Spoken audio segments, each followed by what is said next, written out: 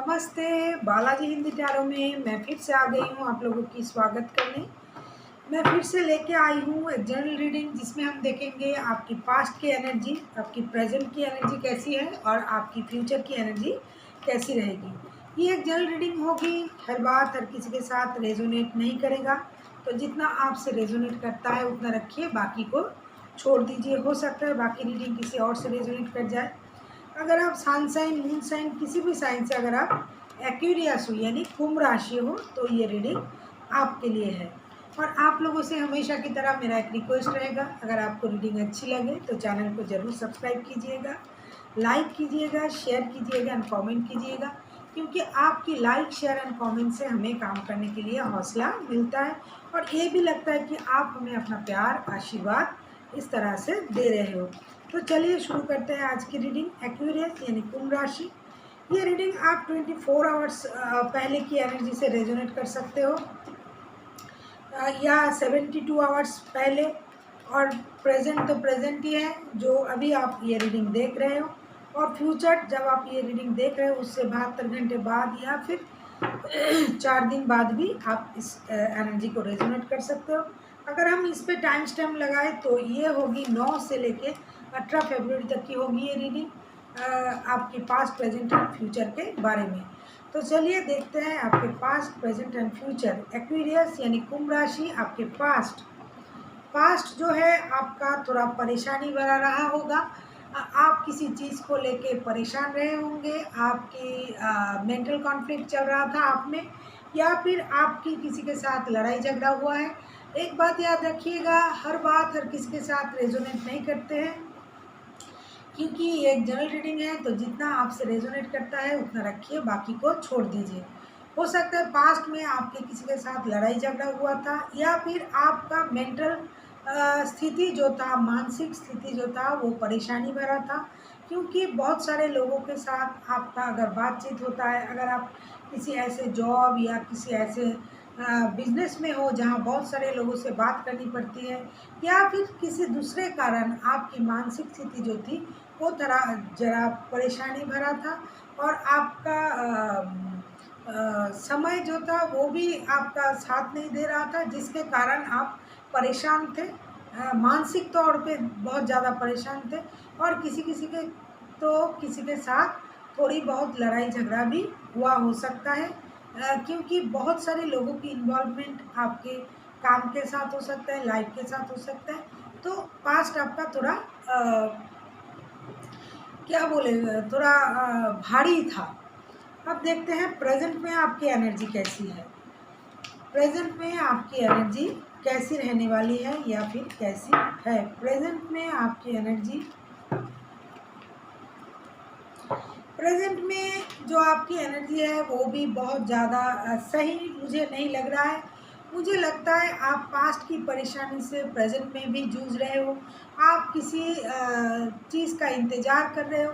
मुझे लगता है आप किसी सही समय का इंतज़ार कर रहे हो, आप किसी दुविधा में हो, आप किसी चीज़ की डिसीजन नहीं ले पा रहे हो, आपको क्या करना चाहिए, क्या नहीं करना चाहिए। हो सकता है आप पजल्ड हो, आपके पास दो दो ऑप्शन है, फिर भी आप इसी कारण हो सकते हो आप परेशान हो, इसी कारण आपका मानसिकता थोड़ा गड़बड़ा रहा है, परेशान रहे हो आप। हो सकता है आप अगर किसी चीज़ को लेके डिसीजन लेना चाह रहे थे पास्ट में या फिर प्रेजेंट में भी, अगर आप डिसीजन लेना चाहते हो लेकिन नहीं ले पा रहे हो, क्योंकि आपके पास किसी भी चीज़ का दो ऑप्शन हो सकता है। ये प्यार में हो सकता है, जॉब में, बिजनेस में। तो आप उस दो चीज़ के बीच आप बटे हुए हो, आप जगल कर रहे हो, आप खुद को संभाल नहीं पा रहे हो, आप सोच रहे हो, आप परेशान हो, आप चाहते तो हो डिसीजन लेना लेकिन आप नहीं ले पा रहे हो। ऐसा लगता है कि प्रेजेंट में आप सोचते सोचते बाद में जाके कोई डिसीजन ले सकते हो, लास्ट मोमेंट में जाके जब आपको लगेगा और मुझसे ये सहा नहीं जा रहा है, मुझे इसके बारे में एक डिसीजन ले लेना चाहिए, तब जाके मुझे लगता है आप एक डिसीजन लोगे, नहीं तो आप ऐसे उलझन में ही रहोगे। प्रेजेंट की आपकी एनर्जी जो है वो जगलिंग की एनर्जी है, उलझन की एनर्जी है, क्योंकि पास्ट का जो आपका एनर्जी है वो भी कुछ अच्छा नहीं है और प्रेजेंट में भी आप परेशान हो, आप डिसाइड नहीं कर पा रहे हो क्या करना है क्या नहीं करना है। तो अभी अगर हम बोलें तो आपकी जो पास्ट एंड प्रेजेंट की एनर्जी है वो आपको बहुत ज़्यादा परेशान कर रहा है। अब देखते हैं फ्यूचर में आपकी एनर्जी कैसी रहेगी। फ्यूचर में क्या आप कोई डिसीजन ले पाओगे? OMG, फ्यूचर में भी आपका परेशानी बरकरार रहेगा, आप खुद से परेशान रहोगे। कार्ड आया है 9 ऑफ सोर्ट्स का कार्ड। मुझे लगता है आप फ्यूचर में भी परेशान रहोगे। देखिए ये एयर एलिमेंट्स का ही कार्ड है, जेमिनी लिब्रा एक्वेरियस का कार्ड है। आपको किसी बात बहुत ज़्यादा परेशान करेगा, आप रात को सो नहीं पाओगे, आप जगे रहोगे, आप उठ उठ के इस बात की पुष्टि करोगे कि आपसे ऐसी गलती कैसे हो गया है, या फिर किसी ने आपके साथ ऐसा क्यों कर दिया, क्यों मुझे धोखा मिला। तो तरह तरह की जो बातें हैं आपके दिमाग में घूमता रहेगा और आप परेशान रहोगे और आपको नींद नहीं होगी, आप अच्छे से सो नहीं पाओगे। खास करके जब आप रात को सोने जाओगे तब ये परेशानी आपको ज़्यादा परेशान करेगा।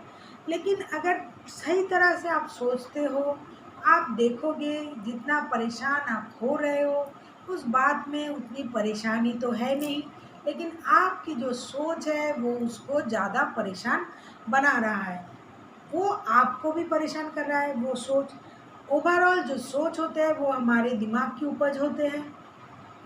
तो अगर आप सही तरह से सोच के देखो, जितनी परेशानी आप सोच रहे हो उतना परेशानी हो सकता है नहीं है। ऐसा भी हो सकता है कि आप किसी के साथ ऑनलाइन कांटेक्ट ही कर लो, या फिर कोई आपको किसी ऐसा संदेश दे दे जिसके कारण आप परेशान हो।